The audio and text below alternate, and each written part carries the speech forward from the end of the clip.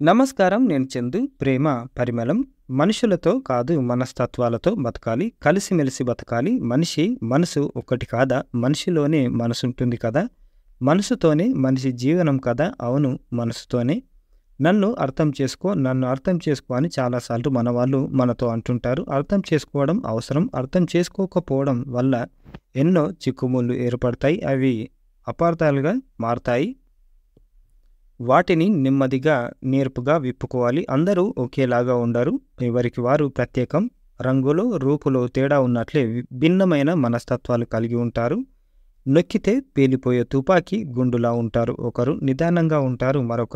ఒకరు ప్రతి విషయంలో ఏదో ఒక వంక పెడుతూనే ఉంటారు. ఒకరు అంటీ ముట్టనట్లు ఉంటారు. ఒకరు శాంతంగా ఉంటారు. ఇంకొకరు మనకెందుకులే అన్నట్లు ఉంటారు. మరొకరు దేనికి తొనక్క బెనక నిండుకొండలా ఉంటారు.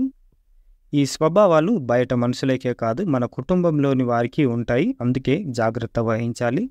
శరీరానికి గాయమైతే మందో మాకో ఇచ్చి బాగు చేసుకోవచ్చు. మనసు గాయపడితే బాగు చేయడం కష్టం. ఇంట్లో గబుక్కున ఏదైనా అన్నా ఇంకొకరు దాన్ని సర్ది చెప్తారు. ఈ విషయంలో పెద్దవాళ్ళు చిన్నవాళ్ళు అని లేదు. ఎవరు ఎప్పుడైనా ఎవరికైనా ఏదైనా అనేసే సందర్భాలు చూస్తుంటాం. అటువంటప్పుడు కొంతమంది నొచ్చుకుంటారు. అందుకే మనసరిగి మసులుకోవాలి. నాన్నగారికి కోపం ఎక్కువ, అమ్మ శాంతంగా ఉంటుంది.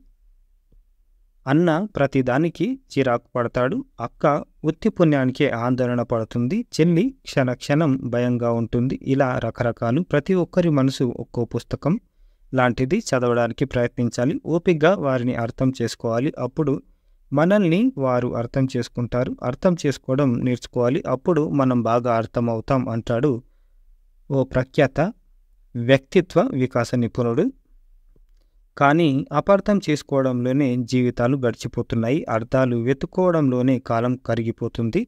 రామాయణ, మహాభారత కథల్లో ఎన్నో పాత్రలు కావేశాలకు లోనై అపార్థాలకు గురై విషాదంలో మునిగిపోయినట్లు చూసాం. చివరికి కథ సుఖాంతమై సత్యమై గెలిచినట్లు రుజువైంది. మబ్బులు తొలగిపోతేనే సూర్యుడు కనిపిస్తాడు. వెలుగు వస్తుంది. మనసులు నిర్మలమవుతాయి.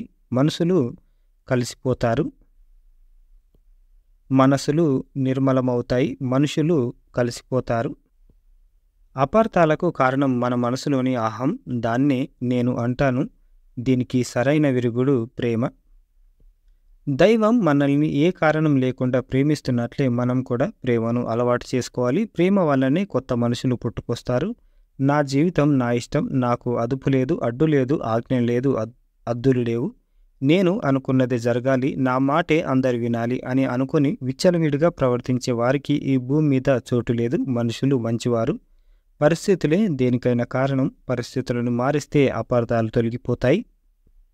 ధర్మరాజులా మనం ఉండలేకపోవచ్చు, కానీ దుర్యోధనుడిగా ఉండకూడదు. శ్రీరాముడిగా ఉండడం అసాధ్యం అనిపిస్తుంది, కానీ రావణాసురుణ్ణి ఆదర్శంగా పెట్టుకోకూడదు. ఈ ప్రపంచం ఒక అద్భుతమైన ఉద్యానవనం. అందమైన అరుదైన పువ్వుల్లాంటి మనుషుల ఆత్మ సౌందర్యాన్ని, ప్రేమ పరిమళాన్ని ఆస్వాదించాలి. ప్రేమను ఇవ్వాలి, ప్రేమను పుచ్చుకోవాలి అని